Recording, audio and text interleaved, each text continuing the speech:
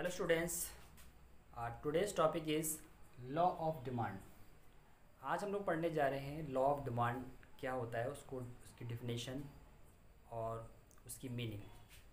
ठीक है, सबसे पहले हम देखते हैं कि लॉ ऑफ डिमांड है क्या।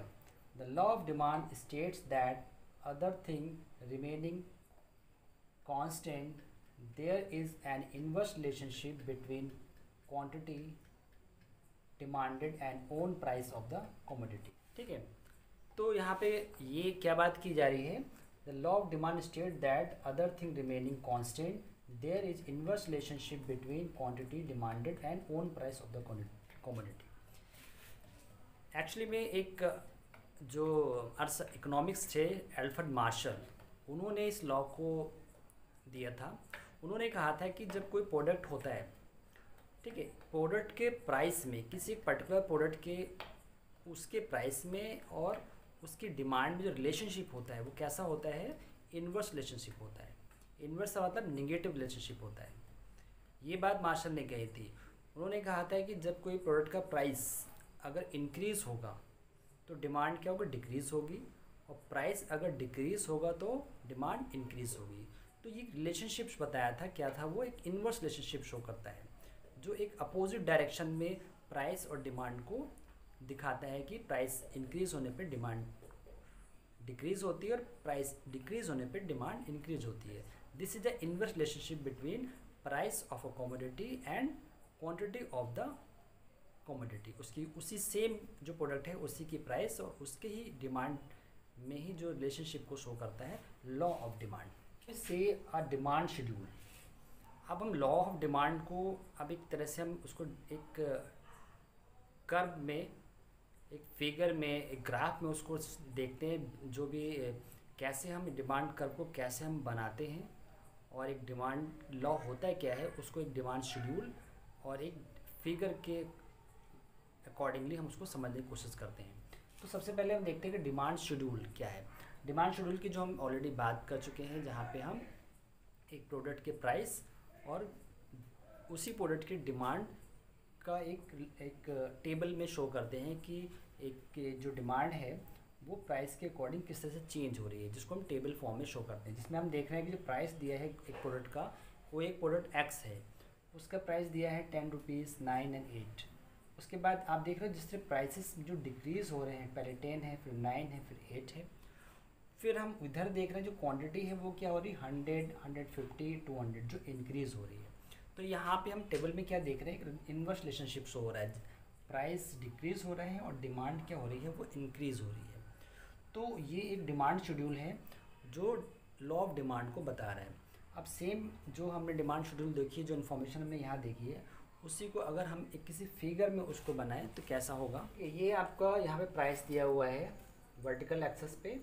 जब प्राइस किसी प्रोडक्ट का, एक प्रोडक्ट है एक्स, उसका जब प्राइस 10 रुपीज़ था तो डिमांड कितनी है, 100। तो यहाँ पे हम जब क्वांटिटी डिमांड जो हमारा दिया हुआ है हॉरिजॉन्टल एक्स पे, तो यहाँ पे हम उसको इसके सामने एक पॉइंट लगा लेते हैं। फिर हम देखते हैं जैसे ही प्राइस डिक्रीज़ होके 9 हो जाता है तो डिमांड इंक्रीज़ होके क्या हो जाती है, 150 हो जाती है, जो कि हम यहाँ पे उसको पॉइंट आउट करेंगे। ठीक है, फिर उसके बाद हम देख रहे हैं जैसे ही प्राइस और डिक्रीज होके 8 होता है तो जो डिमांड होती है वो कितनी हो जाती है, 200। ठीक है, अब हम अगर इस लाइन को मिलाते हैं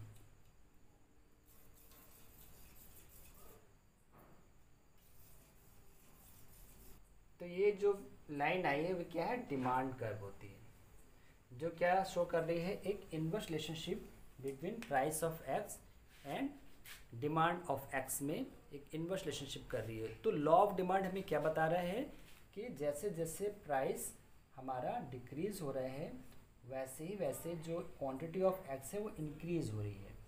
तो दोनों में हम प्राइस और क्वांटिटी ऑफ एक्स में जो रिलेशनशिप शो हो रहा है वो कैसा हो रहा है, इनवर्स रिलेशनशिप होता है।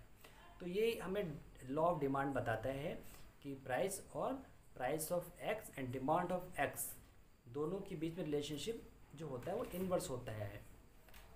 ठीक है, now we discuss assumption of law of demand. Assumption से मतलब क्या है कि law of demand hold some assumptions, on the basis of सब assumptions law of demand exist.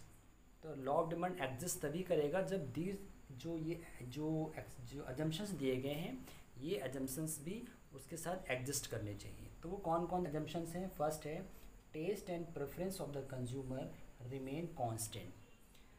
तो जो कंज्यूमर है अगर उसका टेस्ट एंड प्रेफरेंसेस सेम है, कांस्टेंट है, ठीक है, तभी ये लॉ ऑफ डिमांड एग्जिस्ट करेगा।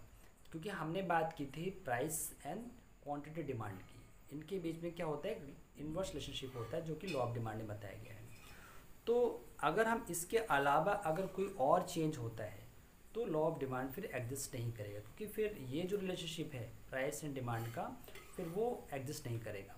तो यहाँ पे क्या ज़रूरी है कि जो कंज्यूमर का टेस्ट और जो प्रेफरेंस है, अगर कंज्यूमर किसी प्रोडक्ट को जो वो उसकी बाइंग जो प्रोडक्ट की क्वांटिटी को इंक्रीज़ करता है डिक्रीज़ करता है, वो सिर्फ किस बेस पे करेगा? प्राइस के बेस पे। अगर प्राइस बढ़ता है तो उसको डिक्रीज़ करेगा और प्राइस कम होता है डिक्रीज़ होता है तो डिमांड को इंक्रीज़ करेगा।